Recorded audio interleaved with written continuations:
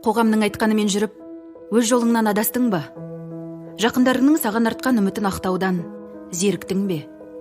Өзгенің алдында абыройлы болу үшін хақ мақсат мұраттарымызға қиянат жасаймыз. Бөтен армандардың жетегінде кетеміз. Айналамыздағы мыңдаған оймен пікірге еліктеп, ішкі жаңғалауын естімей жатамыз. Өзімізге және армандарымызға қиянат жасаймыз. Біздің подкаст өмірге деген өзіндік көзқарасы бар, рухани еркіндікті аңсайтын жандарға арналған. Біз қоғам бекіткен талаптардан ада, өз дара жолын салып, шынайы бақытқа қол жеткізуге талпынған, қиындықтан тайсалмай, тұлғалық болмысын таныған адамдармен әңгіме құрамыз. Сен жалғыз емессің. Оян, ішкі батырыңды таныт. Оян Батыр подкастына қош келдің. Достар, біз сіздерді осы шығарылымның ерекше кейіпкермен таныстырсақ дейміз. Бұл жолы назарларыңызда қазақстандық Айту қолданбасы. Ол бірегей жергілікті контент көзі. Әрі Айту өзара хабар алмасатын қолайлы мессенджер. Онда адамдар қызығушылықтары бойынша чаттарға бірігеді, танысады, бейне қоңырау арқылы байланысқа шығады. Айтудың басты ерекшелігі тегін музыка және танымал қазақстандық сериалдар. Жаңа сериалдардың барлығы алдымен Айтуда көрсетіледі, тек содан кейін ғана интернет желісіне тарайды. Жақында Айту өзінің ойын алаңын іске қоспақшы. Сол жерде сайысқа түсіп, ақшалай жүлделер ұтып алуға болады. Қысқасы, Айтуды жүктеңіздер, отандық өнімді байқап көріңіздер. Сілтеме сипаттамада. Қайырлы күн, достар. Сіздермен бірге мен Зарина және Find UB подкасты. Бүгінгі эпизодымның қонағы тіл маманы, филолог, Калькасыз қазақ тілі телеграм-каналының авторы және әйгілі Джоан Роулингнің Харри Поттерін қазақшалаған редактор Назгүл Қожабек. Біз бұл эпизодта бүгінгі қазақ тілінде ең жиі кездесетін қателер туралы сөйлестік. Және неге олай екенін түсінуге тырыстық. Мәселен, жаңалықпен бөлісу, қуанышпен бөлісу, мен онымен қызықпаймын секілді тіркестердің дұрысы қалай болатынын эпизодта естисіз. Бәлкім бұдан бұлай қатесіз айтасыз деп үміттенемін. Және де біз міндетті түрде Харри Поттер туралы біраз әңгімеден құрдық. Назгүл шығарманы аударған кездегі қызықты оқиғаларымен де бөлісті. Ендеше тыңдай отырыңыздар. Назгүл, сәлеметсіз ба? Сәлеметсіз. Біздің бүгінгі эфирімізге қош келдіңіз. Find UB Батыр подкастына қонақ болып отырсыз. Өте қуаныштымын. Келісім шақырғандарыңызға рахмет. Осындай тамаша офисіңізге шақырып, көрсетіп, мына жерден шыққан кітаптарыңыз, еңбектеріңізбен таныстырғаныңызға рахмет. Енді біздің оқырмандарға өзіңізді таныстырып өтсеңіз. Атым Назгүл, фамилиям Қожабек. Алматы қаласында туып өскем. Әл-Фараби атындағы Қазақ ұлттық университетінің түлегімін. Филология мамандығында оқыдым, кәдімгі өзіміздің филфакта. Кейінгі міне 10 жыл медиа саласында, одан кейінгі 4 жыл баспа саласында, аударма саласында, редактура саласында жұмыс істеп келе жатырмын. Бар қолымнан келетін текстпен жұмыс істеу. Мамандығым өзімнің, оқығаным да сол, өмір бойы істеген жұмысым да сол. Міне 18-19 жылдай болыпты мен еңбекке араласқаныма. 20 жылға таяп қалды. Сол 20 жыл бойы мен тек қана текстпен жұмыс істеп келе жатырмын. Қазақша текстпен. 3 балам бар. Алматыда тұрамыз. Қазір осы Step and the World деген баспада бас редактормын. Step and the World'тың аты ол Харри Поттермен байланысты. Кейінгі міне 2 жылдай уақыт болып қалды. Осы Харри Поттердің қазақ тіліне аударылуы осы 2 жылдан бері жүріп жатыр. Қазір біз 5-ші кітабын басуға дайындап жатырмыз. Step and World десе Харри Поттер, Харри Поттер десе Step and World, және осы екеуін аталған жерде менің де атым аталып қалады. Бұған дейін 100 оқулық жобасында жұмыс істедім. Осы 100 оқулық жобасы 4 жыл жүрді. 3,5 жыл ма, сондай 4 жылға жуық. Сол 4 жыл бойы мен сол 100 оқулық жобасында басынан аяғына дейін сол жобада қызмет атқардым. Одан кейін Харри Поттерға кірістім. Жалпы сол 100 оқулық жобасымен шыққан 100 кітаптың 15-інде менің қолтаңбам бар. Онымен бір өмірімдегі үлкен бір кезең санаймын, үлкен жирная галочка дейді айтқанда. Айдидит деген бір сондай дүние. Үлкен іс, шынымен тындырған жалпы өмір сондай маған мүмкіндік бергеніне, бір сондай жобаға атсалысуға мүмкіндік бергеніне үлкен қатты ризамын негізі. Филологияға қалай келдіңіз, жалпы мәтінге қалай келдіңіз? Мен филолог боламын деп ешқашан ойлаған жоқпын. Мектепте оқып жүргенде мен шығыстанушы боламын дейтінмін. Шығыстанушы және жай шығыстанушы емес, мен арабист боламын деген. Мен мектепте араб тілін оқыдым, бірақ мен оқуға тапсыратын жылы араб тіліне грант жоқ. Сондай болып қалды. Сөйтіп енді қайда барамын? Содан енді бізде ата-анамыздың үлкен қорқынышы бар ғой, балам оқуға түсе алмай қалады деген. Содан әкем отырып, филфакқа сен 100% түсесің, басқа жаққа түсе алмай қалуы мүмкін балам. Ол кезде мен өзім 16-ға толмаған кезім, оң солын білмеймін, әкем қайда бар дейді. Сонда филфакқа бар, қазақ тілін жетістіріп алшы, одан кейін басқасын тағы көресің деді. Кейін араб тілі болса болды, иә, болса болар, болмаса болмайды, сен алдымен қазақ тілін жетістіріп алшы деді. Сонымен филфакқа бардым. Филфакта 6 жыл оқыдым, магистратурасын аяқтадым, бірақ мен классикалық өзіңіз білетін қазақ тілі әдебиеті деген филфак емес. Мен оқуға тапсырғанда эксперимент ретінде ашылған әдеби шығармашылық деген бөлім болды. Ол жерде 3 курс шықты. Сол 2-ші поток біз болдық. Әдеби шығармашылық деген мамандықта оқып, дипломда әдеби қызметкер және әдебиет оқытушысы деген мамандық алып шықтық. Ол бір 3 потокқа, 3 курсқа ғана сондай мамандық берілді. Одан кейін аудармашы, әлем тілдері деген мамандықтар беріле бастады, бірақ біздің кезімізде сол эксперимент бір 3 потокқа ғана берілді. Бакалаврды бітіре салғанда бірден жұмысқа тұрдым баспаға. Содан сол баспа ісіне кеттім, одан ары қарай деректі фильмдер өндірісіне кеттім, одан ары қарай декретке кеттім, декреттен келген соң медиаға кеттім деген сияқты. Сөйтіп аяғында қазір мен таза бұрынғы өзімнің о бастағы дипломда жазылған мамандыққа қайтып келдім. Иә. Жалпы негізі енді мынау редакторлық, аудармашылық деген бұл да бір үлкен өнер ғой. Ол адамда бір қасиет бола ма, әлде машық па? Ол таза машық, бірақ білмеймін енді. Редактор болу, аудармашы болу деген, былай қарасаң, мысалы, көшеде тас көтеріп жүрген адамды әкеліп отырғызып редактор бол дей алмайсың ғой. Базовый білім керек болады. Бірақ мысалы филфакта жылына 100 адам шықса, соның 10 ғана кәсіби редактор бола алады. Неғып екен? Мысалы 10 ғана кәсіби таза ұстаз болып кетеді деген сияқты, 10 ғана кәсіби редактор болады деген сияқты. Осындай бір өзінің ерекшелігі бар. Бұл түсіндіре алмайсың, бұл қандай жұмыс екен. Мысалы редакторлық ойлайды, кез келген мәтінмен жұмыс істейді. Мәтінмен жұмыс істеу дегеннің өзінің түр-түрі бар. Мысалы жазуда мәтінмен жұмыс істеу. Мысалы бізде кезінде қалай болды? Жазушы кітабын жазып жүреді, бірақ оның ресми баспада қызметі бар. Мысалы баспаның редакторы. Ол біреудің кітабын редакциялайды, бірінің өзінің кітабын жазады. Немесе журналистердің бәрі шетінен редактор болды. Кейін журналистердің бәрі аудармашылықпен айналысты. Қазір журналист міндетті түрде редактор деген сияқты. Бірақ кітап редакторы ол мүлдем басқа дүние екен. Мысалы мен таза кітап редакторы болғаным, оқу бітіргеннен кейін 1-2 жыл, одан кейін осы кейінгі 4 жыл таза кітап редакторлығы айналысып. Оған дейін тип қашып істегенім болмаса, оның өзінің ерекшелігі бар. Әйтеуір ол жұмыс, басында бір рет айтып едім, ол қара жұмыс деп. Өйткені мәселен бізге Голливуд мысалы редакторларды басқаша көрсетеді. Редактордың негізі түр-түрі бар. Мысалы газет редакторы, телевизия редакторы, журнал редакторы және баспа редакторы. 4 түр бөлек дүние.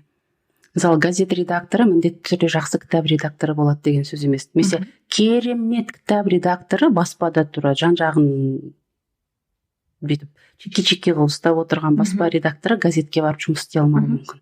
Ол әртүрлі машық, әртүрлі дағды. Мысалы мен ТВ-ға барып жұмыс істей аламын деп айта алмаймын қазір. Стажер болып барып, жарты жыл, 1 жыл үйреніп, ары қарай жұмыс істесем, мүмкін істеп кетермін. Қазір мысалы салған жерден ТВ-ға барып мен жұмыс істей алмаймын. Журналға, газетке барып та істей алмаймын. Сол сияқты дүниелер, ол жерде текстің спецификасы бөлек, ол текстің тілі бөлек, одан кейін аударма кітаптың тілі бөлек болады. Аудармашымен жұмыс істеу бөлек, оның терминологиясы бөлек, одан кейін ғылыми кітап пен көркем әдебиеттің де арасында үлкен айырмашылық бар. Оның бәрі сол жұмысқа өзі ерекшелігін қалыптастырады, сол жұмыстың адам соған бейімделеді.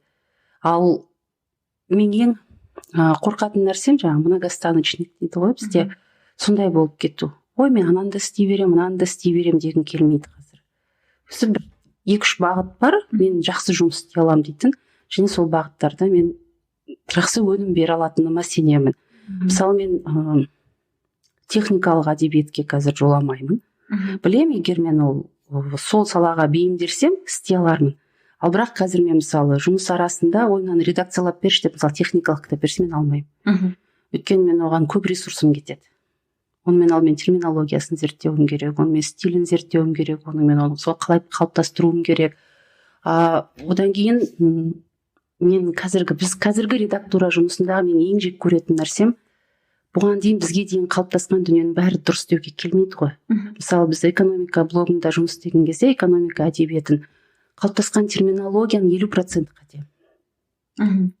Редактор болғаннан кейін мысалы факультеттерде, кафедраларда жазылған оқулықтарға қараймыз, экономикадан қазақша жазылған дұрыс емес екенін көріп отырмыз. Мысалы мына терминкомның аударып берген нұсқасында ол термин дұрыс емес екенін тағы көріп отырсың. Дұрыс емес, өйткені қате аударылған немесе басқа мағынасында аударылған дүниелер.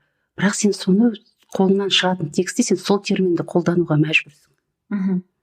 Көрдіңіз бе? Мысалы, кішкентай ғана мысал, price discrimination деген ұғым бар микроэкономикада.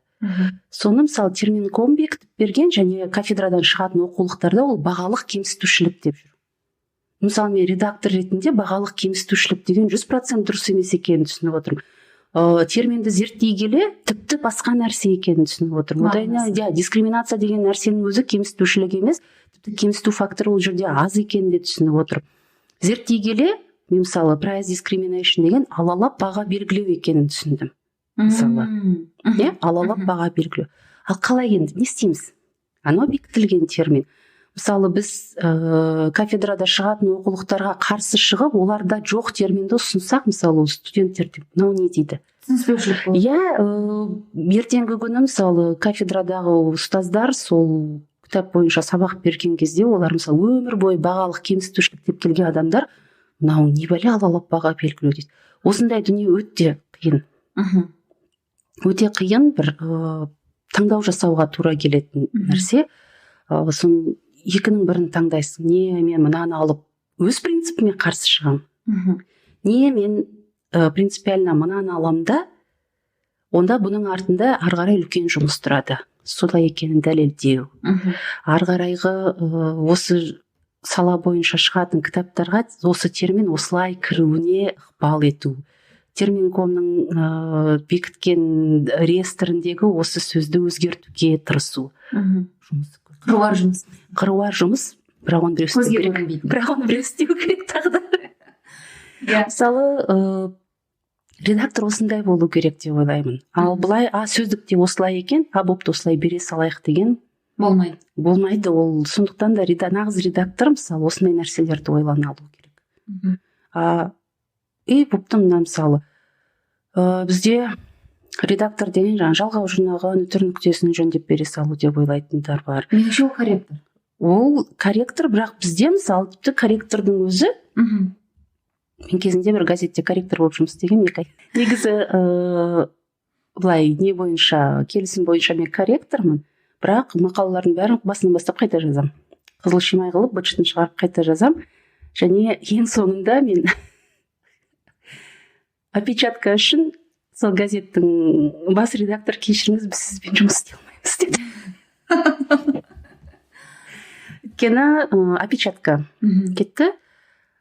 Мен өзімді білем, мысалы, әр адам өзінің қолына не келетінін, не келмейтінін біледі ғой, менде опечатка көп болады. Былай мен мүмкін асығыстықтан да емес, байқамайтын сияқты. Мен мысалы тексті 70% қайта өңдеп шығару мүмкін, бірақ соның ішінде опечатка кетеді. Оқырман ең алдымен опечатканы көреді. Оқырман ең алдымен дұрыс тұрмаған өтірді көреді. Соны біз өзіміз редакторлардың арасында мынандай әзіл әңгіме бар. Редактура аударма кітап жақсы шықса, оңнан аудармашысы жақсы екен дейді.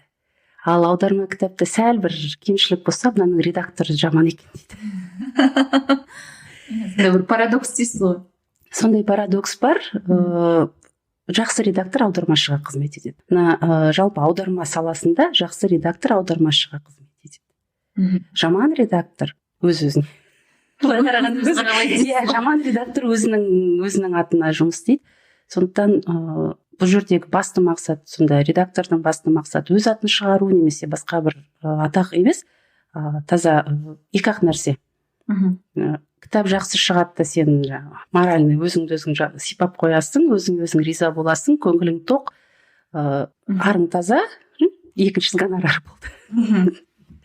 Басқа ол жерде сен көретін тек қана сол артық мойныңа міндет іліп аласың, парыз іліп аласың. Таза сен редактор деген осындай. Ойланасың, қалай көркем әдебиетте мысалы қате қалыптасқан дүниелер болады, қате аудармашы мысалы кейде екі тұрақты тіркесті бір-бірімен араластырып жіберетін кезі болады, немесе бір сөзді синонимдің бірінің орнына бірін қолданатын кездер. Аударма түгел дұрыс болғанның күннің өзінде стилистикасында осындай нәрселер болады. И сен оның бәрін байқауға міндеттісің. Байқамай өтіп кетуге болмайды. Оның бәрін көруің керек, бәрін бұл қате қайдан шықты, бұл неге мынандай сөз, мына сөз неге жүр мына жерде, мына текстің ішінде. Және отырып аласың, сол сөзді жазған адамның сол сөзді неге жазған, неге солай жазғаны туралы ойланасың. Бұл қалай болды, бұл аударғанда бұны неге бұлай деп аударды. Демек ол ана нұсқадағы сөзді былай түсініп отыр ма, немесе ол мына сөздің мынандай екенін білмейді, немесе ол ана сөзді қате оқып отыр, немесе ол мына жерде бір әріптен қателесіп кетті. Оның сол жазып отырған кездегі мына миында жүрген процестерді реконструкция жасап отырасың, басқа амалың жоқ. Содан кейін барып оның дұрыс нұсқасын іздеуге тырысасың. Кейде ол өзіңе де білінбейді мәтін қалай өзгергені. Өңделе береді, кейде түпнұсқа мәтін сақталмай қалатын кезде мысалы электронды файлда жұмыс істейміз ғой. Файлда жұмыс істеген кезде ол бір файлдың үстінде жұмыс істей бергеннен кейін ол өзгеріп түпнұсқасын жоғалтып аласың. Сен қолыңа келгенде ол мәтін қандай болғанын ұмытып қаласың. Мүмкін емес, ол қалай өзгергенін. Әйтеуір ең соңында көресің, мына осындай болып шықты ғой, болыпты деп. Сол бар жұмыс негізі сол. Ал мына газеттерде, журналдарда ол жақтағы редактордың міндеті мүлде бөлек. Ол жақта таза материалға тапсырма беруден, журналистке тапсырма беруден басталатын жұмыс. Ол жақта редакцияның саясаты, редакцияның ережелері, ол жақта ақпарат саласында қаншама ұстануға тиіс принциптер, қаншама тыйымдар, анау-мынау бәрі ол ана жақтағы редактордың жұмысы. Сондықтан баспа редактор мен бақ редактор ол екі мүлде бөлек нәрсе.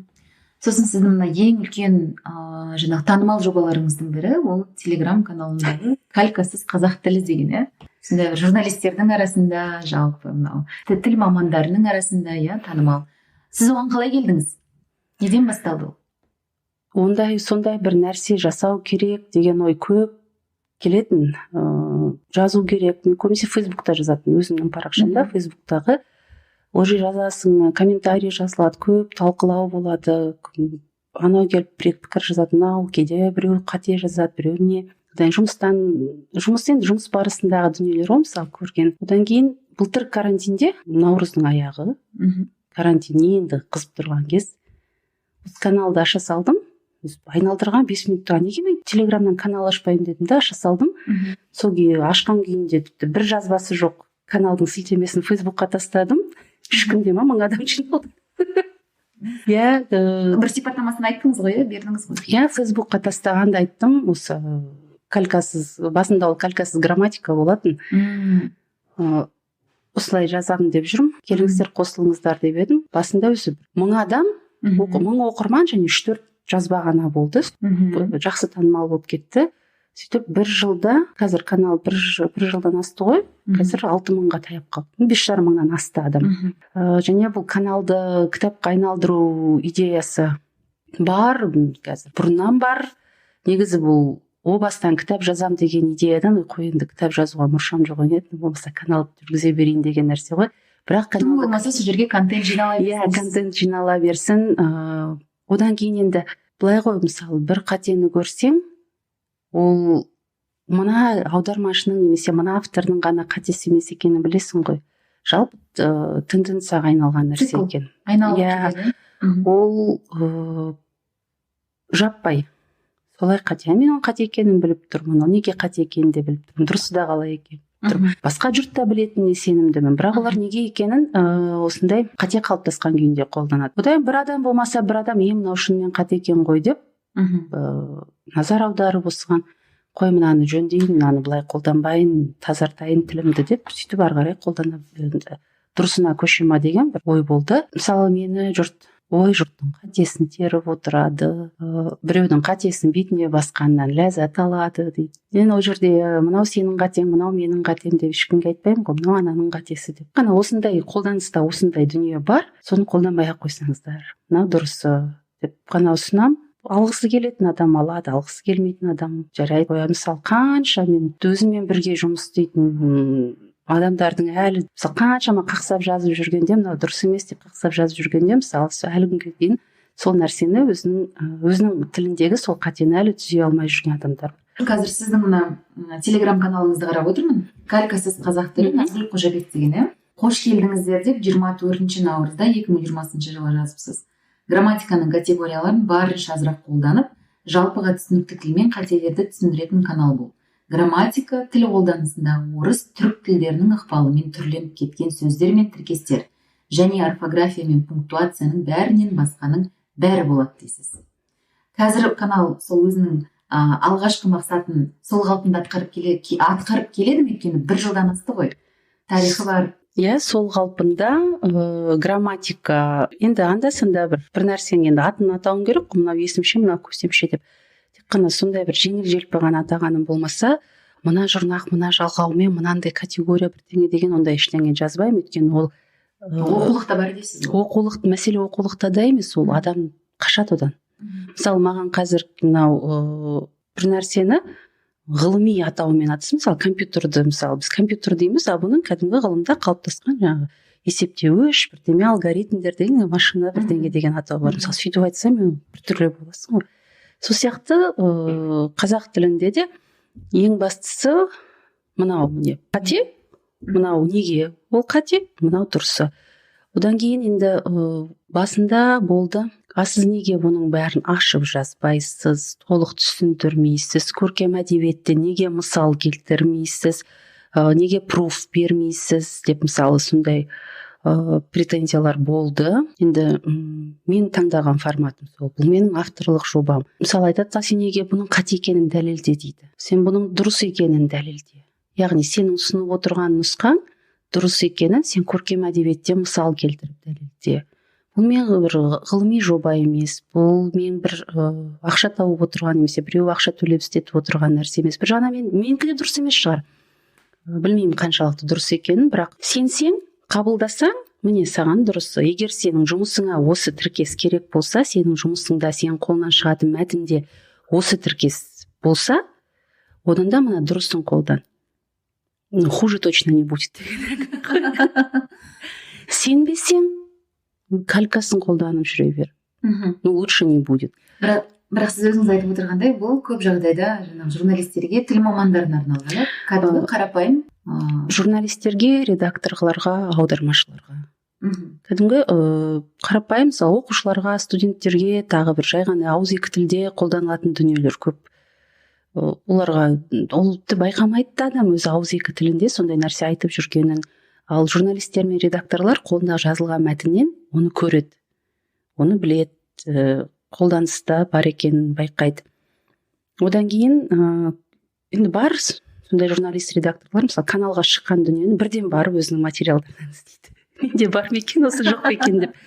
Сөйтеді де, мысалы бар болса келесі жол ондай қолданбауға немесе сол тіпті бар материалдың өзінен түзеп қоюға тырысатындар болады.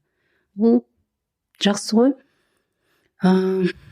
Осында жазып жүріп, мысалы айтып жүріп, жазып жүріп, мысалы радио тілі жақсарып келе жатыр. Ақырындап, бірақ жақсарды. Мысалы онда бұл да бір қуанышты нәрсе, өйткені радио көбірек жұртқа жетеді, көбірек адам оны, мысалы газет оқымайтын адамдардың көбі радио тыңдайды деген, жолда радио тыңдалады көп. Сондықтан радио халықтың тілін қалыптастыруға көп ықпал ететін бақ түрі болғандықтан сол радионың тілі мүлдем тап-таза болу керек. Сондықтан сол радиомен де көп алыстым. Көп жаздым бұрын. Фейсбукта мысалы пост жазасың да, одан кейін осына сол пост бағытталған адам оқыды ма екен оқымады ма екен деп күтесің ғой реакциясын. Көбінесе ешқандай реакция болмайды. Оқымады ғой деп жүрсе кейін біле жатамыз, оқып жүреді екен бәрін біліп жүреді екен. Мысалы телеграмға да ол қате кімнен шыққанын көрсетпесең де жазып қойғаннан кейін іште ойлайсың, осының соның авторы көрді ме екен, осыны оқыды ма екен деп, сөйтсе кейін білесің, шынымен оқыған, көрген. Енді телеграмда ешқандай реакция ештеңе жоқ қой. Мен әдейі чатта қоспадым, чат қосқан басында, бірақ өзім ол чаттан шығып кеттім де, ол өз бетімен бір жеке өмір сүріп жатқан бір чат болып кетті. Ол өйткені көп уақыт алады, сұрақ көп қойылады, дәлелде деген нәрселер көп айтылады, қарсы пікір айтатындар бар, бәріне жауап беріп отырасың, ол уақыт ресурс алады екен. Сондықтан мен шығып кеттім, чат өз бетімен өмір сүріп жатыр. Каналдың да астына пікір жазатын, комментарий жазатын функция қоспадым.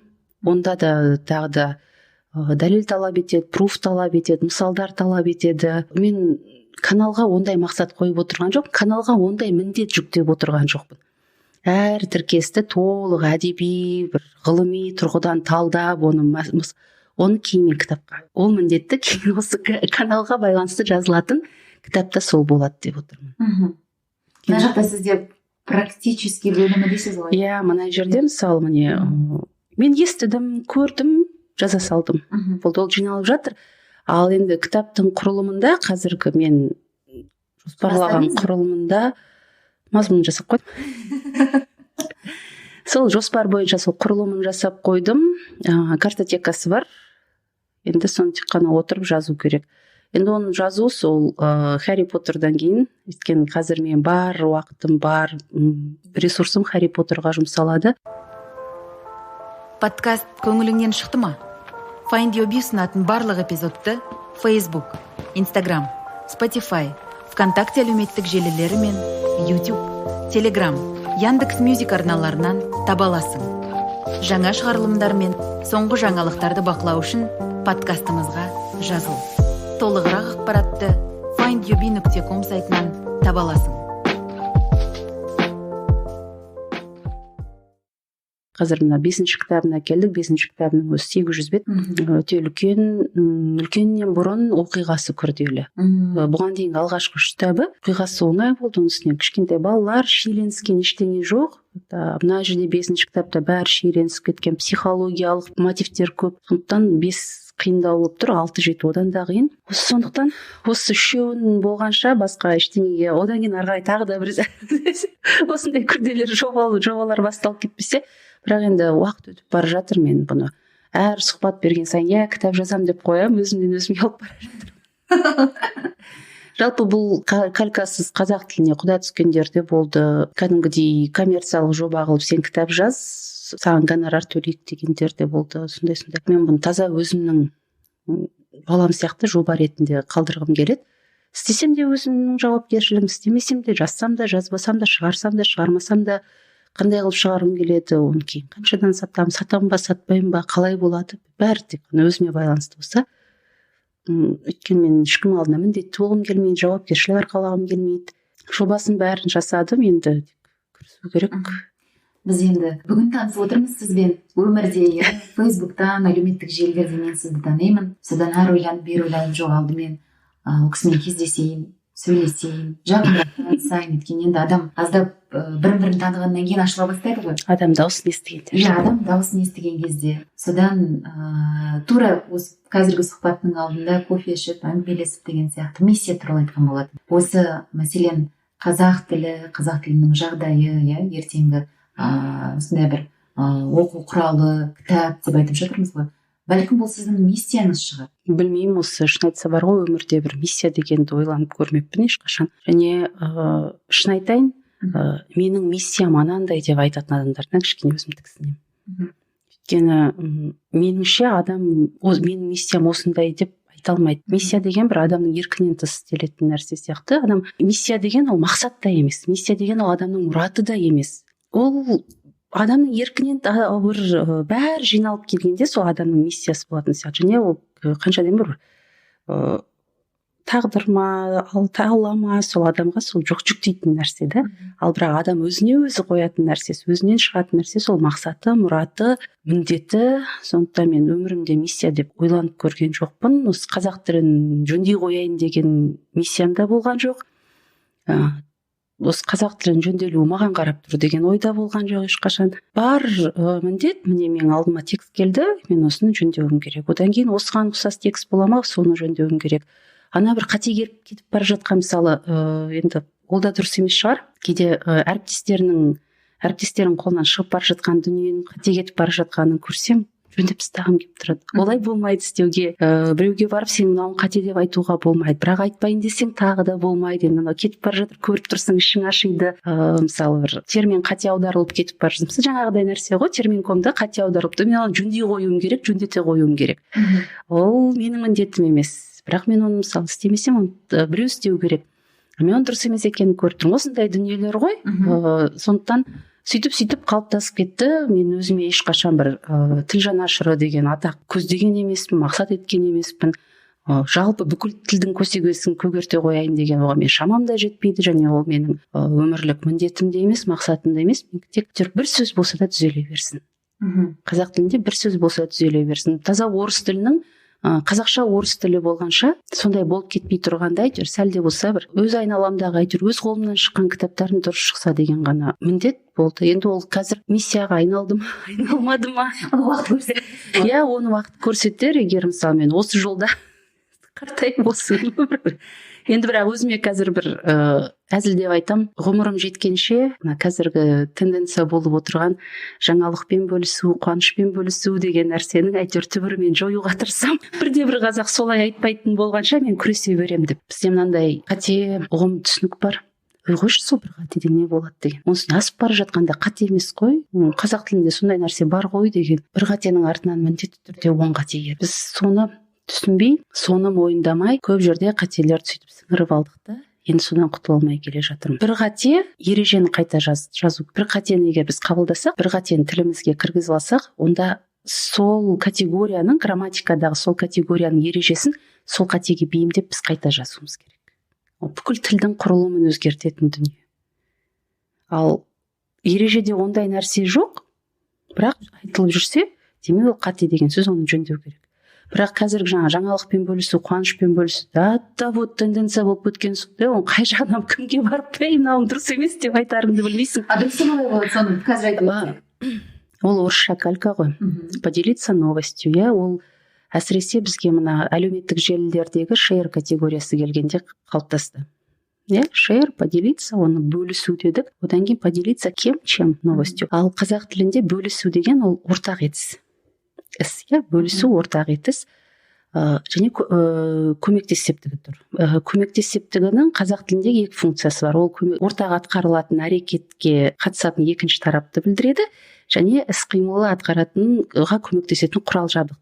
Қаламмен жаздым, күрекпен қаздым деген сияқты. Сенімен бардым, сенімен сөйлестім, сенімен келістім деген екінші тарапты. Демек, бөлісу деген ортақ етістегі әрекетте көмектес септікпен те тұрған сөзбен байланысса, ол тек қана сол екінші адамды білдіру керек. Мысалы, сенімен сөйлестім, сенімен бөлістім, сізбен бөлістім, және сізбен нені бөлістім.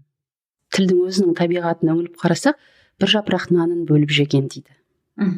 Көрді, нанымен бөлісіп жеген демейді, нанын бөліп жеген. О баста қуанышты бөліссең көбейеді, қайғыны бөліссең азаяды дейтін. Қазір қуанышпен бөліссең көбейеді, қайғымен бөліссең азаяды дейді. Ол таза орысшадан калька. Бөлісу деген етістік, әрекет объектісі табыс септігінде тұруын талап етеді. Болды, тек қана. Жаңалықты бөлісу болады ғой. Енді бөлісу деген ол жалпы жаңалықты бөлісу деген де дұрыс емес. Өйткені бөлісу деген ортақ етісте тұрған нәрсе. Демек, оған екі тарап бірдей қатысу керек. Егер мен қолымдағы нәрсені біреуге берсем, мен оны бөліспеймін, бөліп берем. А бөлісу екі жақтан да келіп, екеуміз бөлісіп алғанда болады. Сонда мысалы жаңалығын айтты, жаңалығын жеткізді. Одан мысалы әлеуметтік желіде мен кезінде осы онлайн журналистикаға байланысты бағдарламаларда жұмыс істеп жүрген кезде, әлеуметтік желілерде аккаунттар жүргізгенде мен мысалы бөлісу дегенді шеерді ортаға салу деп қолданады. Мысалы жаңағы бір аккаунттан бір ақпаратты алып келсең, ойын ортаға салды, пікірін ортаға салды, немесе ой бөлісті, пікір бөлісті. Мысалы ой бөлісті дегенде мен ой бөлістім демеймін, отырғандар ой бөлісті. То есть бірнеше адам бір әрекетті ортаға атқарды. Осындай дүние. Ал енді біз егер осыны қабылдасақ, бір ғана элементарный көмектес септіктің ережесін қайта жазуымыз. Онда көмектес септіктің ережесін қайта жазсақ, компьютермен қолдану. Көп кездесетін нәрсе, мен онымен қызықпаймын дейді. Я этим не интересуюсь. Маған қызық емес. Мен оған қызықпаймын. Мен оған қызықпаймын. Оған ғой қызықпаймын. Көрдіңіз ба? Неге? Иә, қазақ тілінде орыс тілінің осы бір көмек несі жаңағы падеж творительный ғой, творительный падежі қазақ тіліне 6 септік түрінде аударуға болады. А біз оның бәрін сол бір көмектес септікке сала береміз. Онда көмектес септіктің қызметін ережесін мүлде өзгертуіміз керек. Бұл осындай ар жағында үлкен салдары бар дүние. Бірақ республикалық газеттердің бас редакторлардың орынбасарлары осы қатеден бас тарта алмай отыр, осының қате екенін мойындай алмай отыр, мойындағысы келмей отыр. Осы дүние газет беттерінде жүр, осы дүние радионың эфирінде жүр, осы дүние телеэфирде жүр. Қиын нәрсе емес негізі. Жөндеуге болады. Осы нәрсе, осы бір қатені айтып, айта алтайды деген сияқты осы қатені айтып жексұрын болдым. Айта берсең сүйкімің кетіп қалады екен кәдімгідей. Сен қате дей берген кімге жағады? Бірақ ар жағының салдарын көріп тұрғаннан кейін, Құдай үшін айтпашы мына нәрсені, жазбашы мына нәрсені. Бұл сұмдық нәрсе, сен бұны түсініп тұрған жоқсың, сен бұның арты қандай жаман екенін біліп тұрған жоқсың. Бас тартшы осыдан, жазбашы былай деп ортаған алаңға шығып айғайлаған. Еститін құлақ жоқ. Еститін құлақ жоқ. Жоқ, еститін құлақ жоқ болғанда. Естиді, бірақ қабылдамайды. Жоқ, мәселе ода да емес. Мен ғалым емеспін. Мен тіл жөнінде жаңағы әзілдеп айтсақ пәтуа шығаруға құзыретті мекеменің қызметкері емеспін, ғылыми атағым жоқ. Және мен ешкімге нұсқау бере алмаймын. Ешкімге сен бұлай айтпа, жанын шығарам деп мысалы айта алмаймын, иә. Мен тек қана айтпаңдаршы, жазбаңдаршы. Өтініш бұлай болмайды деп. Содан кейін қойшы сен нең күйіп кетті деген нәрсені де көп естимін. Айта берсін, жұрт жаза берсін. Неме соншама жұрттың қатесін тересің ба деп. Мақұл, жұрттың қатесін термеймін, бірақ әйтеуір осы каналдың пайда болуында осы түрткі болған шығар, бүйтіп кімге барып жалынасың мынауың қате деп. Сонда әйтеуір өстіп ортаға тастай берсем, кеңістікке кете берсе, әйтеуір біреудің болмаса біреудің назарына шалынады, көреді, көңіл бөледі, назар аударады деген сияқты нәрсе ғой. Сөйтіп шыққан дүние бұл енді. Ал әрі қарай ғылымға мен ғылыми жетекшім бар, профессор Темірғали Есенбеков. Неше жылдан бері мен оқу бітіріп кеткелі байланыс үзілген жоқ. Жылда осы шілдеде Қожабекова ағылшын тілінен емтихан тапсырды ма екен деп сұрайды. Намек дейсіз ғой. Иә, намек. Қожабекова IELTS сертификатын алды ма екен дейді. Соны күтіп жүр, ол кісі қашан тапсырасын деп. Бірақ қазір Темірғали ағай докторанттар көп. Бұл кісі докторант ала алмайды. Мен де қалжыңдап қоямын, ағай, мен барсам сізге ғана барам, сізбен ғана жұмыс істеймін. Сіз босаған кезде айтыңыз деп. Мен әлі босамаймын, ана қыздар бірінен соң бірі қорғап шыққанша қай заман сен оқи берсе ешкімнен босады. Мен ағаймен ғана жұмыс істегім келеді. Енді сылтау ғой. Мен әзірге өзім сол материалдық жағынан өзімді докторантураға оқуға дайын емеспін. Мен мынандай мақсатым болған, қамсыз өмір сүруге жететін қаражат жинап аламын да, одан кейін барып ғылыммен айналысамын деп. Өйткені біз ғылымның жауапкершілігін де сезінбейміз. Параллельно жұмыс істеп жүріп докторантура оқып аламыз, одан кейін ол салада жүреміз бе, жүрмейміз бе, істейміз бе, істемейміз, ол белгісіз. Ал докторантурада оқитын адам, ол кейін сол академиялық ортада карьера жасаймын, кейін сол академиялық ортада жүремін деп. А так мен мысалы таза редактуралық қызметте қалсам, маған PhD дәрежесінің керек жоқ. Таза мен практик ретінде жұмыс істеуім үшін маған диссертация жазып, ғылыми мақалалар жазып, ғылыми зерттеулер жүргізіп, PhD дәрежесін алудың маған керек жоқ. Ал әзірге мен академиялық ортаға бару жоспарында да жоқ. Оның үстінен білмеймін, не кеш болып кетті деп ойлаймын, не әлі ерте шығар деп ойлаймын. Әйтеуір бір бұйырған нәрсе болса барармын, әйтпесе бармаспын. Кейде шетелге кетіп қалып оқуды да ойлаймын. Бірақ әзірге менің тірлігім осымен байланысты, осы салада, осы қазақша кітаптар шығару. Кезінде осы медиада жүрген кезде баспа саласына кетем деп ойлағам жоқ қой. Негізі былай қарап отырсам, менің өмірім сол 6-7 жылдық циклдармен келе жатыр екен. Таза. Мысалы 6 жыл медиа саласында жүрдім де, тарс тегіс баспа саласына кетіп қалдым. Мен 4 жыл болды. Осы аралықта жаңағы кітаптарымды жазып, Гарри Поттер дейміз ғой, Харри Поттерді шығардық. Харри Поттер шығардық. Алда біздің Хроники Нарнии келе жатыр. Үлкен жоба болды осы Харри Поттермен деңгейлесе. Хроники Нарнии. Одан кейін тағы да 2-3 үлкен кітап келе жатыр. Олардың өзі де 2 жылға қазірге Құдай жеткізсе, Алла амандық берсе, Құдай қырсығынан сақтаса дейікші, 1-2 жылға жұмыс дайын тұр. Steppenwolf World баспасында. Оның бәрі Райсаның жоспарлап қойған дүниесі бар. Мен одан ешқайда кете алмаймын. Сен осыны істейсің. Қалжың ғой. Бірақ жоспарлап отырған шаруамыз көп, сондықтан мен қалай болатынын көреміз ғой. Ертең декретке кетіп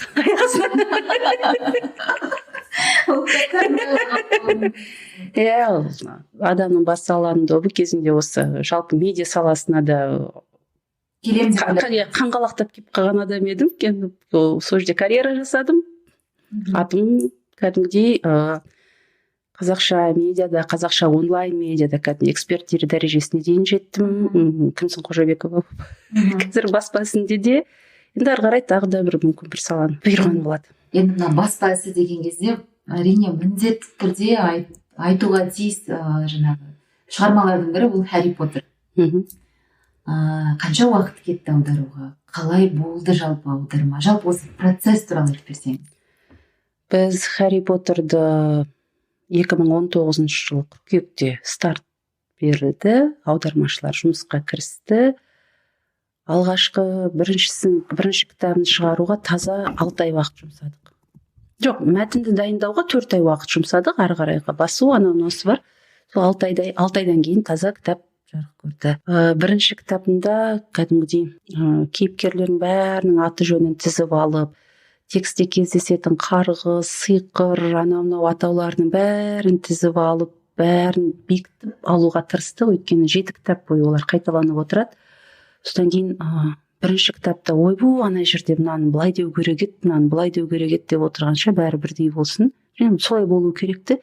Сөйтіп 1 айдай уақытымыз соған кетті. Мынаның аты мынандай болады, мынаның аты мынандай болады деген сияқты нәрсе. Оның өзінде біз кейбір мынандай ключевой сөздерді аудармасын кейде мысалы ертең басуға түнде бір түрлі қылып аударып жіберіп, бір жағдай болды кәдімгідей. Бір түрлі қылып аударып қойды, ол бүкіл жұмыс барысында ол өзгерген жоқ. Кітап ертең машинаға салынады дегенде түнде ананың дұрыс нұсқасы ойға келіп, ертеңінде типографияға барып, ананы қайта шығарып алып, сол сөзді жөндеп жіберген. Нерв болған шығар? Ол нерв болған жоқ, ол Құдайға шүкір ол. Басқаға кетіп бара жатқан шығарып Құдайға шүкір. Өйткені енді алғашқы сөзде жаман болмаған, былай қазақша сөз, бірақ анау жақсырақ та. Ғайып шапан. Ғайып шапан. Мантия-невидимка. Алдында қалай болды? Есімде де жоқ, шын айтсам. Сол ғайып шапан ойға келді. Өлместің суы одан кейін. Өлместің суы ол өмір эликсирі болған. Енді біз ешқандай оны өзгерді. Эликсир жизни ғой, өмір эликсирі болып, ол солай кете бергенде сол сөзді біз кәдімгідей барып ең соңғы неде сигнальный экземплярдан жөндеп сөйтіп жібердік. Кейін өлместің суы деп осы 2 дүние бізге озарение дейді ғой, ғайыптан келді. Түнде келді. Өйткені шынымен бұл жөндеп үлгергенімізге тәуба. Өйткені егер ол кезде біз өзгертіп жібермесек, кейін келесі тиражды күтіп жүрер едік. Құдайдан қарасқан. Ештеңе бекер жасалмайды дейді ғой, ештеңе. Ал қалай Харри деп атау ойларыңызға келді? Ой, түрлі нұсқасын көрдік. Басында Гарри деп қалдыра салсақ қайтеді. Жоқ, болмайды ғой олай қалдыруға дейміз. Болмайтынын біліп тұрмыз. Бірақ жұртқа үйреншікті. Соның жетегінде кете жаздадық, шын айтса. Дайын Харри дедік. Ақырында осы Харри мен Харридің екеуінің арасында жүрдік. Әбден кітап шыққанға дейін текстте біресе Харри деп өзгертеміз, біресе Харри деп қалай болады. Біз ақырында Харриге тоқтадық. Дұрысы осы, ең дұрысы Харри деп жазып, оның бәрібір оқығанда Харри деп жұмсартып оқисың.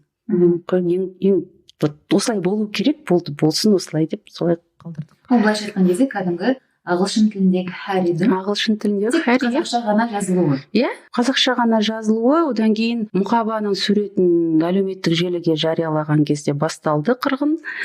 Бұл неге Гарри емес, сендер жындысыңдар ма, неге бұл Гарри емес, қайдан алдыңдар мына Харри дегенді. Неше түрлі нәрсе көрдік қой.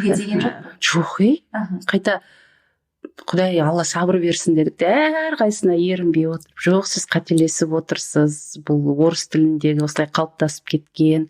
Өйткені орыс тілінде шынымен кәдімгі лингвистикасында, орыс лингвистикасында үлкен ереже бар. Шет тілдеріндегі х-мен басталатын, h-пен басталатын сөздер орыс тіліне г болып кірген. Мысалы, Андерсон, жаңағы ертегіші. Ол бертінге дейін Ганс Христиан Андерсон болған. Бертінде ол Ханс Христиан Андерсон деп жазыла бастады. Көрдіңіз бе? Әйтпесе бертінге дейін Ганс болған, бәрі де Ганс. Қазір Ханс деп жазылатын болды. Сол сияқты жаңа Гамбург деді, Гарвард деді, бәрін. Гарвард деп орыстар ғана айтады, басқа кім айтады? Француздар мысалы Ағбақ дейді. Иә. Оларына еш оқылмайды ғой, иә. Ағылшынша Харвард. Гарриді мысалы Ағи дейді. Мысалы Ағи Потер. Иә. Мысалы енді олардың түсінбесең түсінбе. Мысалы хэштег дегенді олар хэштег демейді, аштаг. Біз неге мысалы хэштег дейміз, мысалы хэштег. Хэштег. Біз тура солай айта аламыз. Бізде әді бар, барлық әріптер бар да мысалы. Иә, сондай нәрсе ғой. Біз дегенде ағылшын тілінден кірген сөздердің жаңағы айтылуында үлкен спорный моменттер бар. Мысалы мен бір рет бас редакторымен неден вирал деген сөзге келіспей қалдық. Бас редактор айтады, вирал емес, сен вайрал деп жаз дейді. Транскриптінде. Мысалы, иә, мысалы енді біз қазір үйреніп кеттік қой, виральный маркетинг дейміз да. Біз соны вирусный дейді, біз оны енді қазақшаға аударғанда екі нұсқа болады. Не сен вирустық маркетинг деп жазасың, не вирал маркетинг деп жазасың. Содан кейін вирал емес, онда вайрал деп жаз деді. Одан кейін онда біз визуал емес, вижуал деп жазуымыз керек деп. Мысалы, осындай көп келіспейтін дүниелер бар. Келіспейтін болғанда әлі түсініксіз бізде реттеп болмаған қаншама дүние бар. Мысалы, жаңағы осы шет тілінен кірген сөздерді қалай жазамыз? WhatsApp па дегенге ғалымдардың. Мен мысалы филология ғылымдарының докторлары, ғалымдардың өзі в дұрыс деген мысалы естідім. WhatsApp деп айтты. Біз WhatsApp деп жазамыз бәріміз. Бірақ мысалы үлкен ғалымдар WhatsApp дұрыс, өйткені ол орысша WhatsApp, біз орыс тілі арқылы аламыз деген нәрсе. Бұл әлі үлкен тіл білімінде біздің әсіресе латын графикасы кіргеннен кейін әлі бәленбай жыл болатын дүниелер. Біз оны қалай жазамыз? Жобамыздың әрі қарай өркендеуіне үлес қосуға ниетті болсаң, бізді patreon.com/findyourbe сайтында қолдауға шақырамыз. 2017 жылдан бері подкасттарымыз арқылы біз мыңдаған мүдделес тыңдармандармен бірге нағыз батырдың жолын іздеп келеміз. Ол еркін, шыншыл, әрі кемеліне жеткен батырдың жолы. Бізді қолдау, өзіңнің және замандастарыңның сапалы әрі құнды контент тұтынуына үлесіңді тигізу екенін ұмытпа. Сондай-ақ, Find Your Be жобасында патрон болған жағдайда арнайы эксклюзивті материалдарға қол жеткізіп, басқа да артықшылықтарға ие боласың. Толығырақ ақпаратты patreon.com/findyourbe сілтемесіне өтіп ал.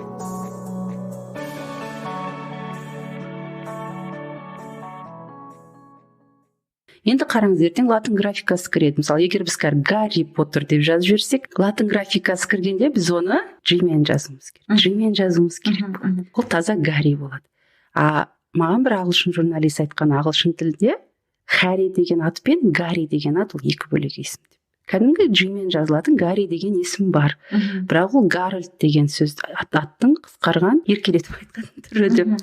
Мысалы, Гарольд ол Гарри. Харри ол мүлдем бөлек.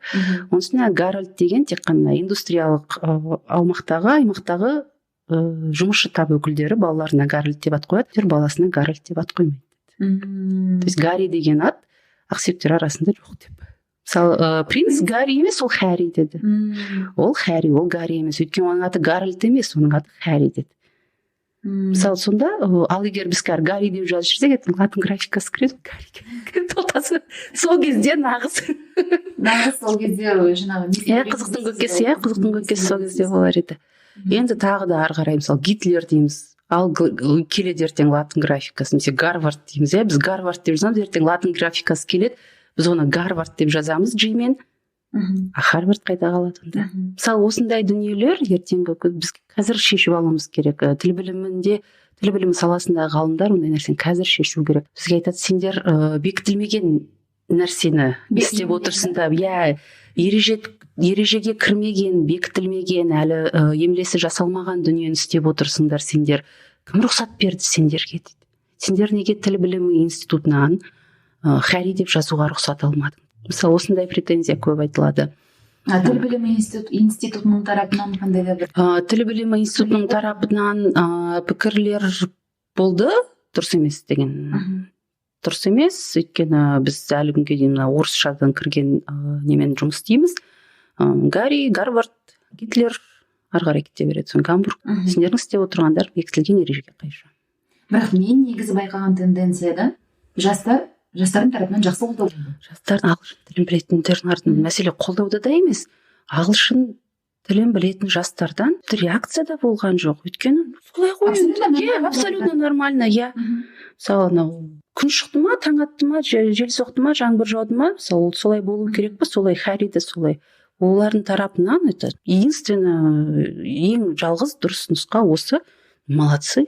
Қайдан олардың жетегінде кетпегендеріне рахмет, Гарри деп жазбағандарына рахмет, мысалы. Проблеманың бәрі қазақша, ағылшынша білмейтін. Претензияның бәрі солардан болды. Енді бір 10 жылда Харри Поттер деген мысалы кәдімгі қазақ тілінде жақсы қабылданатын бір дәрежеге жететін сияқты. Дәрежеге жетеді. Харри Поттер енді ағылшынша білетіндер көбейген сайын, енді ең басты проблема қазір латын графикасы кірген кезде осындай шет тілінен кірген сөздер қалай жазылады? Олардың емле ережесі қандай болады? Оларға қандай ереже бекітіледі? Қалай жазу керек деп бекітіледі? Вот соған байланысты болады көп дүние. Шынымды айтайын, мен уже басыма ауыра бастады. Өйткені оның бәрі деген, ол деген қаншама мәтін. Мысалы ойлаңызшы, компьютер деген сөздің өзін қалай жазамыз мысалы? Қазір мысалы ағылшынша компьютер, мысалы қалай жазылады? Кейін біздің қазақ тілінде бірақ латын графикасымен ол қалай жазылады? Компьютер деп ұсынады мысалы. Өйткені жіңішке компьютер мысалы. Сондай дүниелер көп болайын деп тұр. Алла енді біз тек қана сол сұрайтынымыз, тілейтініміз сол ғалымдар действительно адекватный шешімдер қабылдап, қандай зияны тимейтін ережелер жасаса. Біздің қазақ тілі қор болып қалмай ма? Енді тілді қор қылатын сөйлеушілер ғой, мысалы тілді құртуға ғалымдардың шамасы жетпейді, конечно. Тілді құртатын сөйлемей қоятын халық, бұзып сөйлейтін халық, таза ғалымдар тарапынан тілге бір зиянкестік ережелер жасалады деп ойламаймын. Қателесу мүмкін, ғалымдар бір жерде бір ережелерге, бір заңдылықтарға сүйеніп, бір басқаша бір ұйғарымдар жасап емле жазуы мүмкін. Қорғылу жолында олар осы әдейі бір қорғылайын дейтін де ештеңе істемейді. Негізі халықты әдейілеп істемейді ғой. Қандай да бір факторлардың әсерінен сол жаңағыдай, бірақ енді мысалы егер бір ғана қараңызшы, жаңа Гарри деп жазсақ, ар жағында салдары жаңа айтып өткендей кете береді. Сондай дүниелер бір әріптің, бір үтірдің өзінде артында қаншама дүние тұр. Сондықтан бәріміз бірге ортақ жауапкершілік қой. Мысалы тіл білімі саласындағы ғалымдарда, жай қолданушы, редакторлар, журналистер әсіресе өте жауапты тілдің тағдырына. Медиадағы редакторлар, баспа ісіндегі редакторлар. Былай қарасаң, ешқандай ереже тұрғысынан, емле тұрғысынан, пунктуация, орфография тұрғысынан ешқандай қатесі жоқ кітап, бірақ қазақша емес те бір түрлі. Сондай мәтіндер болады. Мысалы, бірақ сен оны дәлелдей алмайсың, өйткені бізде мынандай пікір бар. Тіл деген ол субъективный нәрсе. Мына сөйлемді сен былай жазуың мүмкін, мен былай жазуым мүмкін. Сен оны дұрыс деп айта алмайсың. Біреу дұрыс емес деп айта алмайсың. Бірақ шынымен бір қазақша емес. Сондай дүниелер болады. Қазір Харри Поттердің қай бөлімін аударып жатырсыз? Дәл қазір. Қазір 5-ші Феникс алқасы деген 5-ші бөлімі аударылып болды. Қазір редактура жұмысы жүріп жатыр. Алла жеткісе, тамыздың аяғы, қыркүйектің басында біз оны басуға береміз ба деп ойлап отырмыз. Ұзаққа созылып кетті кішкене. Арасында басқа кітаптар шығардық, басқа дүниелер жасадық, одан кейін типография босамады. Сонымен бұл кішкене осы Феникс алқасы. Біз Отсаутты, Харри Поттер мен Отсаутты наурызда шығарғанбыз. Содан бері қанша 3-4 ай өтіп кетті.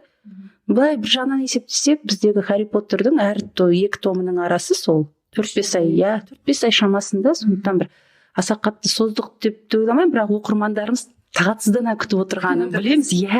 Қашан шығады деп күтіп отырғанын білеміз.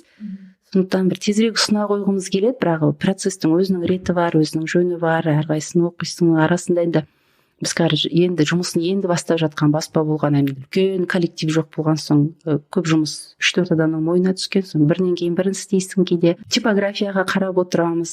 Мысалы біздің қазір кезекте тұрған қаншама кітабымыз типография босамай жатыр. Оқырмандарға шыдаңыздар, әне шығады деп, оған дейін мынаны оқи тұр деп білеміз. Қазір күтіп отыр, шығаруға жылдамдатуға әрине тырысамыз. Оның үстіне Харри Поттер мен Отсаут 600 бет болды. Харри Поттер мен Феникс алқасы кемінде 700 бет болады деп отырмыз. Өйткені ең қалыңы ғой, бүкіл серияның ішінде ең қалың кітап.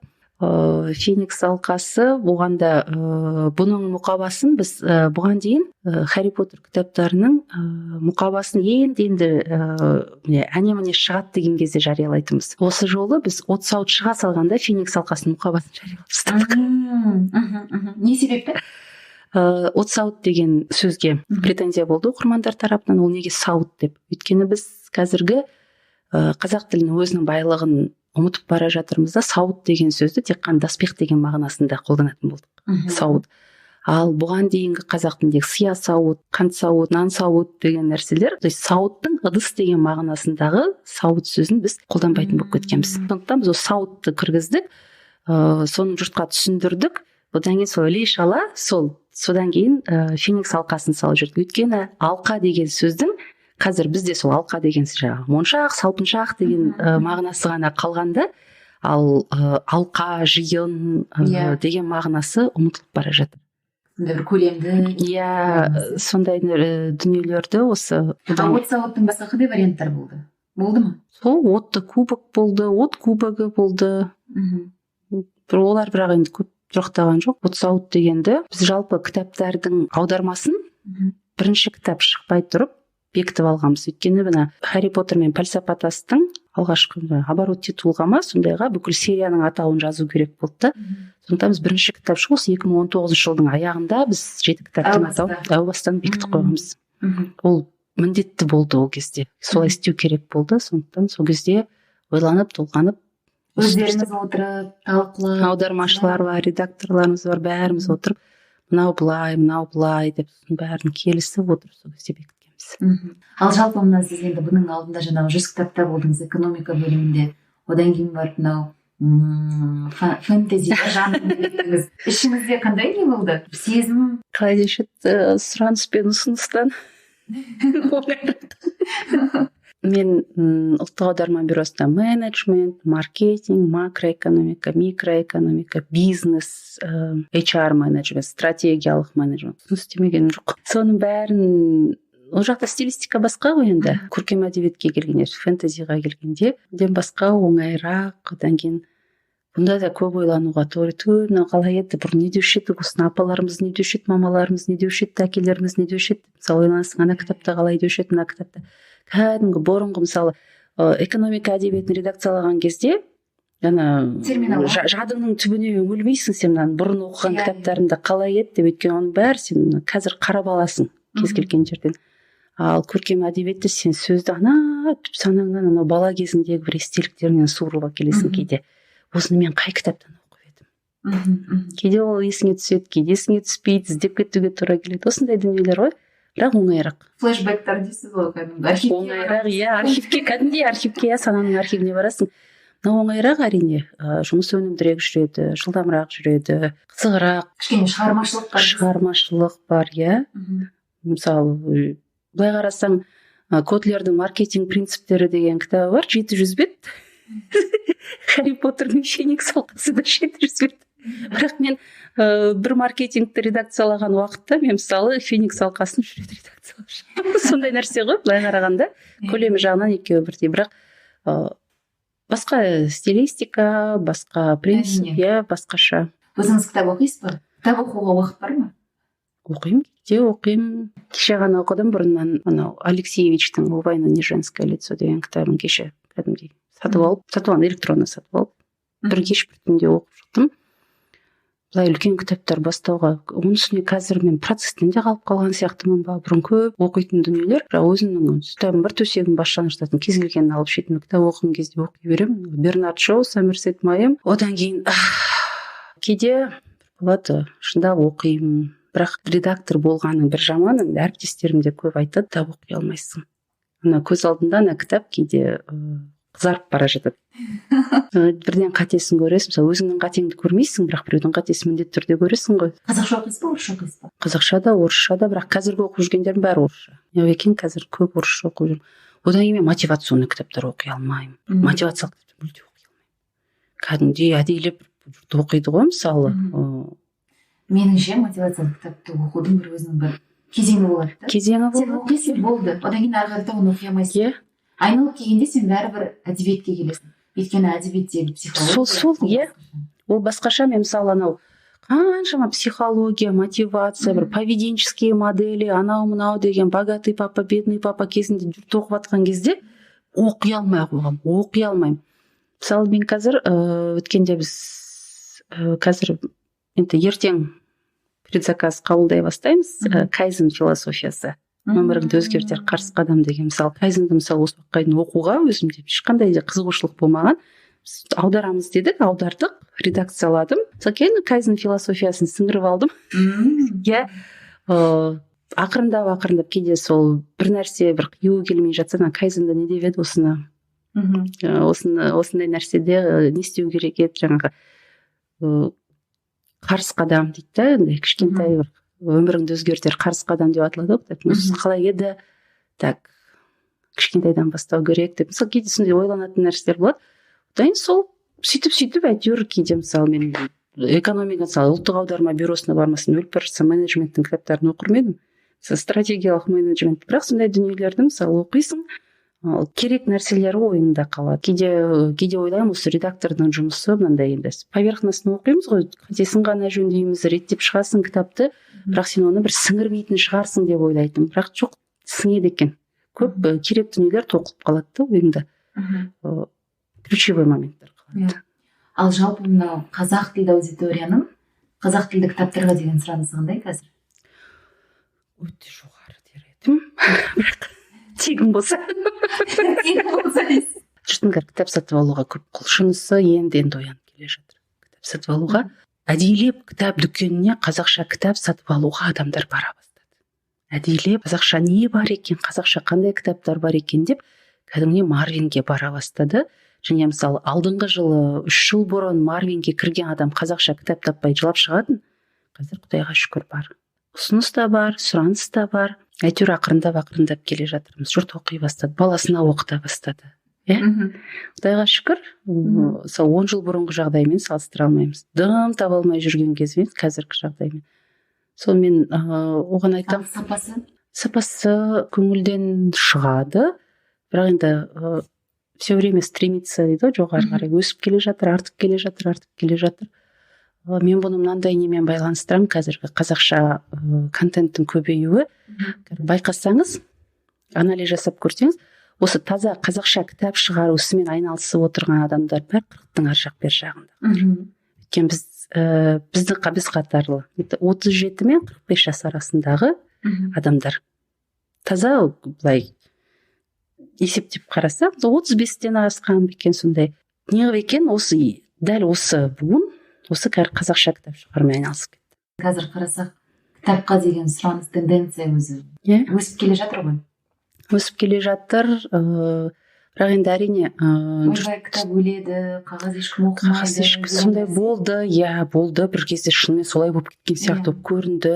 бірақ қазір жақсы шықты. Енді әрине өзгеретін шығар түрлі, мысалы біздерге мысалы қазақ оқырманына покетбуктар өтпеген сияқты, ридерларды ұстап жүрген адамдарды көрген жоқпын. Иә, бізде одан кейін жаңа интернеттен сатып алу тенденциясы, мәдениеті әлі қалыптасқан жоқ.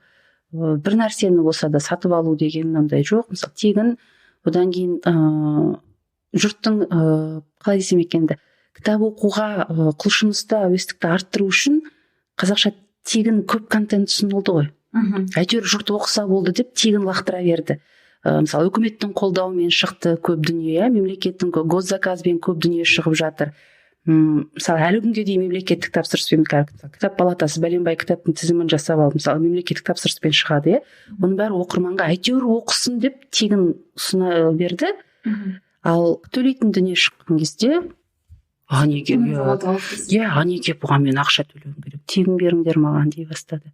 Енді қазір қайтадан сананы бұруға тура келеді. Бұл біреудің еңбегі, бұл еңбекке мемлекет ақша төлеген жоқ, бұған сен төлейсің, сен тағы 1000 адам төлесе, мына адамның еңбегі ақталады, сен сол үшін сатып алуың керек деген нәрсе. Біз енді осы дәл кітап саласында соны санаға сондай өзгеріс керек. Егер қазір қайтадан Харри Поттерға айналып келсек, оның тиражы қандай? Харри Поттердің тиражы біз 5000-нан асып кеттік қазір. Әр кітап, бірінші кітап 5000-нан асты. Одан кейінгісі 3000, 2000 әзірге шығарғанымыз. Бірінші кітапты біз 4 рет қайта басып шығардық. Қазір 3 рет басып шығардық, кәдімгі 4-ші ретке қайта келдік. Күшті. Енді сол қалғандарын, бұл ұзақ мерзімді ғой, әлі қанша рет басып шығарамыз, Құдай білсін, әлі қанша қосымша тираж болады. Басып шығарған сайын сендер арасында жаңағы коррекциясын жасайсыз ба? Жоқ, бірінші кітапты екінші басып шығарғанда тазалап шыққанбыз. Бірінші тиражда көргеніміз, екінші содан бері тиіскен жоқпыз. Сол файл қайта басылып жатыр. Одан айналып барып қайта өңдей бергеннен пайда жоқ. Ал алдағы өзіңіздің мақсаттарыңыз қандай? Харри Поттерді бітіру. Бұл енді бұйыртса келе жатқан бір жылға дейін, 1-2 жылға. Одан кейінгі? Балаларым мектеп бітіре бастайды екен енді 1-2 жылда. Одан кейін шетелге оқуға жіберу, анау мынау деген сияқты нәрселер ғой. Сізде күнделікті студент? Мен аса бір шетелге оқуға кетем, немесе шетелге көшіп кетем, немесе деген бір аса бір мақсат қоймаппын ешқашан өзіме. Қазір де былай қарағанда сен 3 жылдан кейін не істейсің десе, мен білмеймін 3 жылдан кейін не істейтінімді. Бірақ мысалы білем, 2 жылдан кейін бала мектеп бітіреді, мен баланы шетелге оқуға жіберуім керек. Демек менің алдағы 2 жыл бойғы бар жұмысым, бар тірлігім сол мақсатты жүзеге асыру жолында болмақ. Қанша табыс табуда сол жағынан, сол үшін мысалы табыс табуым керек болады, нетворк қалыптастыруым керек болады айналамда, сол балама сол нәрсе жағынан көмектесу үшін, соған ықпал ету үшін. Бала музыканы мысалы оның келешектегі бір музыкадағы бағытын, жолын, конкурстарын, мысалы сондайларды қалыптастыру үшін мен тағы да басқа бір бағыттарда бір жұмыс істеуім керек. Плюс 2 жыл мысалы мен 1-2 жылдан кейін неге ремонт жасау керек болады деген сияқты. Басты жобалар осы, шын айтса бір аса жұмыс жағынан енді Құдай қырсығынан сақтаса деп жасап қойған жоспарларымыз бар. Алдағы 2 жылға сол басты мақсат ауырмау, денсау болу, тірі болу, аман жүру. Басты мақсат аман, басқасын бәрін үстіңнен болады. Енді бізде мына Find You Be подкастында сондай бір традиционный сұрағымыз бар. Егер сіз 16 жаста өзіңізге қарап не айтар едіңіз деген, қандай жол сілтеп айтар едіңіз? Ақымақ болма деп. Енді ол қазір ғой, мысалы 40-қа жақындап қалған кезде, ой Құдай, 16 жасым не деген ақымақ болғам деп ойлайсың ғой. Бірақ ол кезде ақымақпын деп ойламадым ғой. Сол сияқты ештеңе демейтін шығармын. Бәрібір ол солай болды, бұл әңгіме, ол кездегі өмір сондай болды. Ол кезде мен 1-ші курстың студентімін. Білмеймін, мүмкін кітапханада отыра берме, көшеде көбірек жүр деп айтады. Одан басқа не айтасың? Қазіргі 16 жастағыларға не айтар едіңіз? Қазіргі 16 жастағыларыма уақытыңды бекер өткізбе. Бәлкім шынымен өзіме де сол 16 жасында, бірақ мен енді ол кезде өзім уақытымды бекер өткіздім деп ойлап жүрген жоқпын. Кітапханадан шықпайтынмын, бірақ қазіргілерге айтар едім, сен уақытыңды бекер өткізбе, ол қайтып келмейді, ол ешқашан қайтып келмейді. Мен 16 жасқа дейінгі уақытым бекер өткенін мойындап отырмын. Мен 12-13 жасымнан бастап, мысалы қазіргі менің балаларыма айтып жүрген нәрсемді мен сол кезде маған ешкім айтпаған. Мен енді сол бала кезім 16 жас мектеп бітіргенге дейін уақытым, жай ғана сол мектептің сабақтарымен жүре берген, мен уақытым бекер өтіп кеткен екен. Бала 10 жастан бастап ары қарай әр сағаты, әр минуты санаулы болу керек екен, тек қана болашағына жұмыс істеу керек екен. Қазір сол балаларға солай айтар едім, 16 жастағыларға уақытың бекер өткізбе. Кейін қайтара алмайсың, өкінесің, жылайсың, 40-қа келген кезде шіркін-ай дейсің. Сол уақытында дұрыс пайдалансаң, нетті деген сияқты. Бірақ мен бір байқағаным, өмір деген цикл екенді. Мысалы біз 10 жыл. Тіпті 10 жылдықта емес. Мысалы біз қазір өзіміздің сол кездегі бір қателерімізді көреміз да, мен балам осының қатені жасамасын, бәрібір ол бала тура сол жолдан барып өтеді.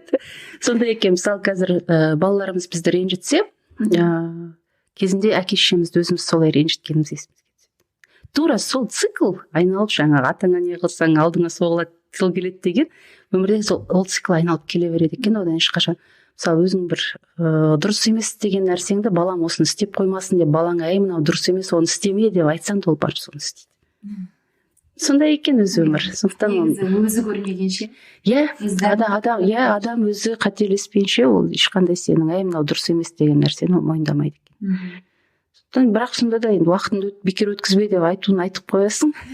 Бірақ әркімнің өзінің санасы біледі ғой. Жақсы. Сізге көп рахмет. Сіздерге рахмет. Алдағы уақытта Алла бұйыртып, егер мықты жобаларыңыздағы жаңағы дүниеге келіп жатса, ары қарай дамып жатса, тағы да сұхбат аламын деген ниетім бар, ойым бар. Рахмет. Өзіңіздің кітабыңыз шыққан кезде. Біз өзімізді және өмір сүріп жатқан қоғамды түсіну үшін әңгімелесеміз. Мақсатымыз адамдардың өзіне деген ілтипатын арттыру. Оян Батыр подкастын ұнатсаң, бізге iTunes, Google Play қосымшалары арқылы жазыл. Facebook, Instagram, ВКонтакте және findyoubi.com сайтында бізбен бірге бол. Подкастымыздың жақсаруына себеп боламын.